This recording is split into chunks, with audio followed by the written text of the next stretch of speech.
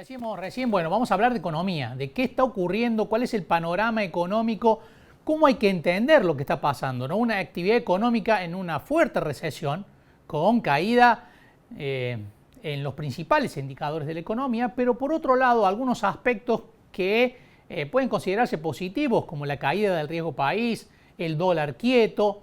Bueno, pero vamos a hablar de esto con Alfredo Blanco, con quien ya estamos en comunicación. ¿Qué tal, Alfredo? ¿Cómo le va? ¿Qué tal? ¿Cómo estás? Buenas tardes, Marcos. Muchas gracias por atendernos, Alfredo. Bueno, ¿cómo está viendo? Ayúdenos a entender lo que está pasando con un dólar quieto, a la baja, con una actividad económica a la vez en recesión, ¿no? ¿Qué es lo positivo, qué es lo negativo de lo que está ocurriendo en el escenario económico? Bueno, yo diría dos cosas. Primero, que hay que separar lo que es el corto plazo de lo que uno puede pensar que va a ser la evolución a un poco más largo plazo de las variables.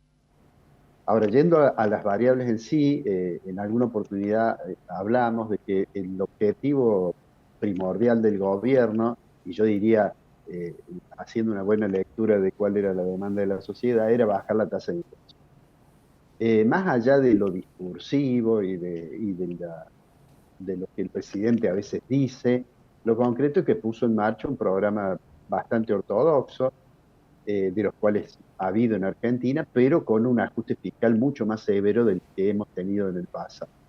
Bueno, eso dio su resultado en términos de bajar la tasa de inflación.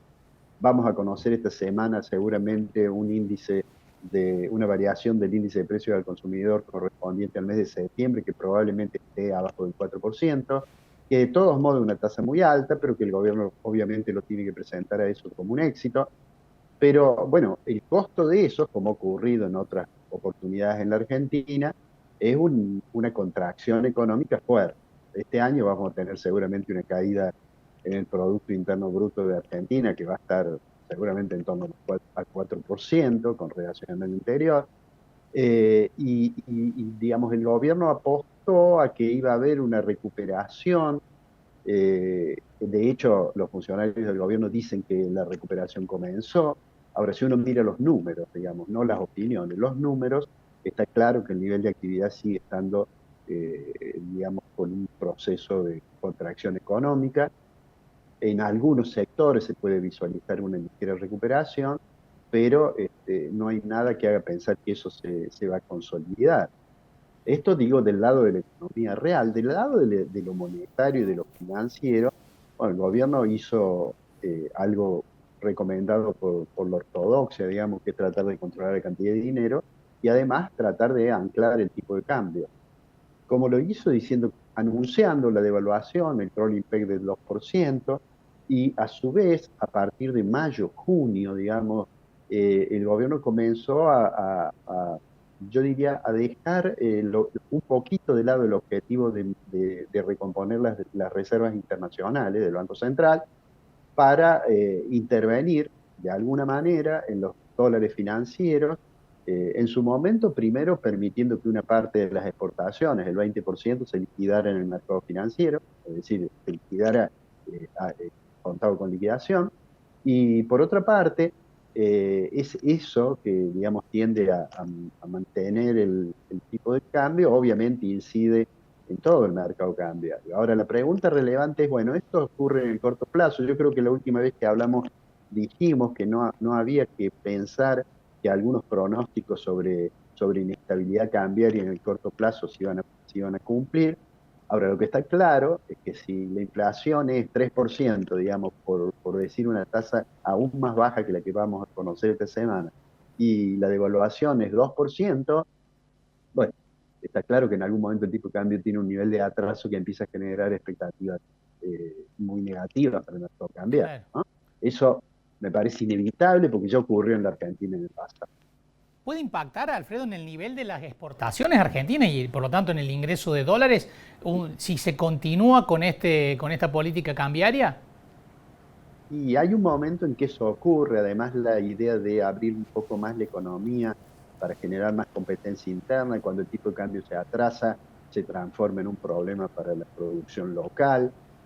Además, si uno piensa que Argentina tiene un problema en el sector externo tan grave que el gobierno que hablaba de que iba a liberalizar todo, de hecho tiene una intervención muy fuerte en el mercado cambiario.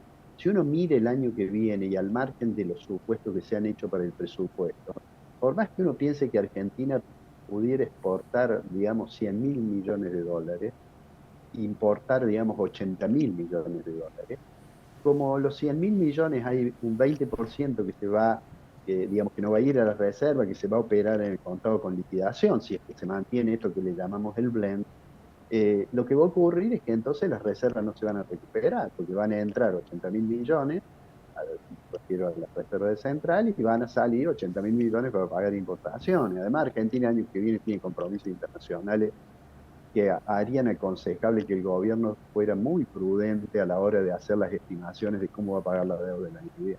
¿Puede haber un nuevo canje, Alfredo, como se menciona como rumor o como versión? Yo creo que el gobierno no quiere hacer eso.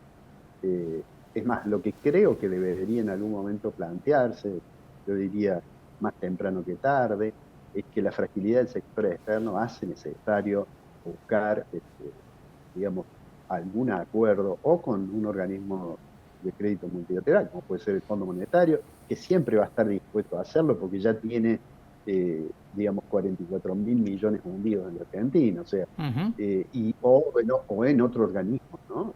Los otros días cuando lo escuché al presidente hablar que, que China, que no tenía problemas de hablar con el gobierno chino, al cual había vituperado en el pasado, ¿no? Pensé que a lo mejor era porque están pensando en la posibilidad de acudir a China también para pedir este, algún apoyo. Argentina tiene que resolver el problema del sector externo porque si no lo resuelve no va a poder sacar nunca las restricciones que existen a la compra de moneda extranjera, lo que vulgarmente llamamos el Claro. cepo, y si eso ocurre, difícilmente la economía puede iniciar un proceso de recuperación y crecimiento.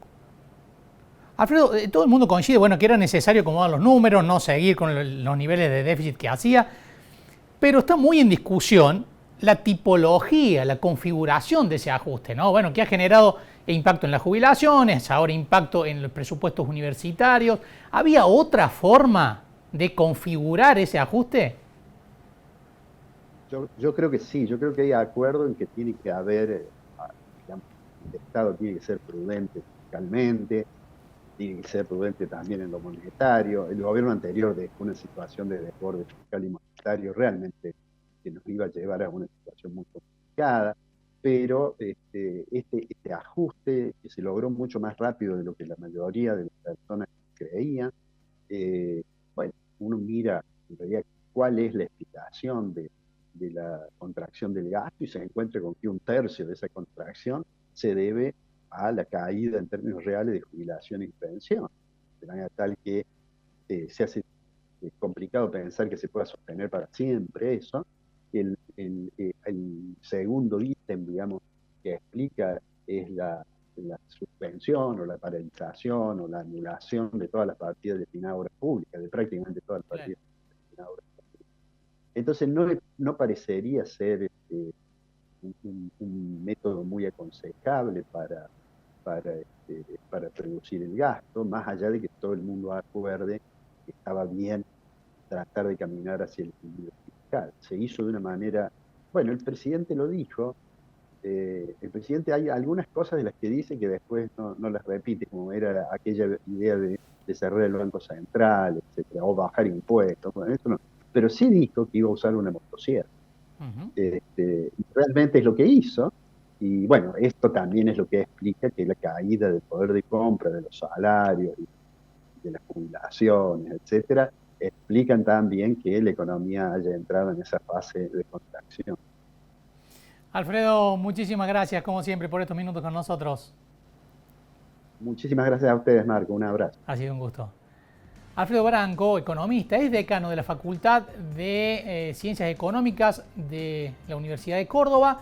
Bueno, analizando esto que está ocurriendo, la diferenciación que él planteaba, ¿no?, entre este modelo en el corto plazo y en el largo plazo, cómo el gobierno logró encauzar más rápido incluso de lo que muchos pronosticaban el caudal del déficit, pero como contrapartida lo que está ocurriendo es un deterioro muy fuerte del poder adquisitivo de los salarios, un empeoramiento de los índices sociales y también una recesión, una caída de la actividad económica muy importante que además, nos decía Alfredo Blanco, no está dando indicios de que esta recesión vaya a quedar desactivada en el corto plazo.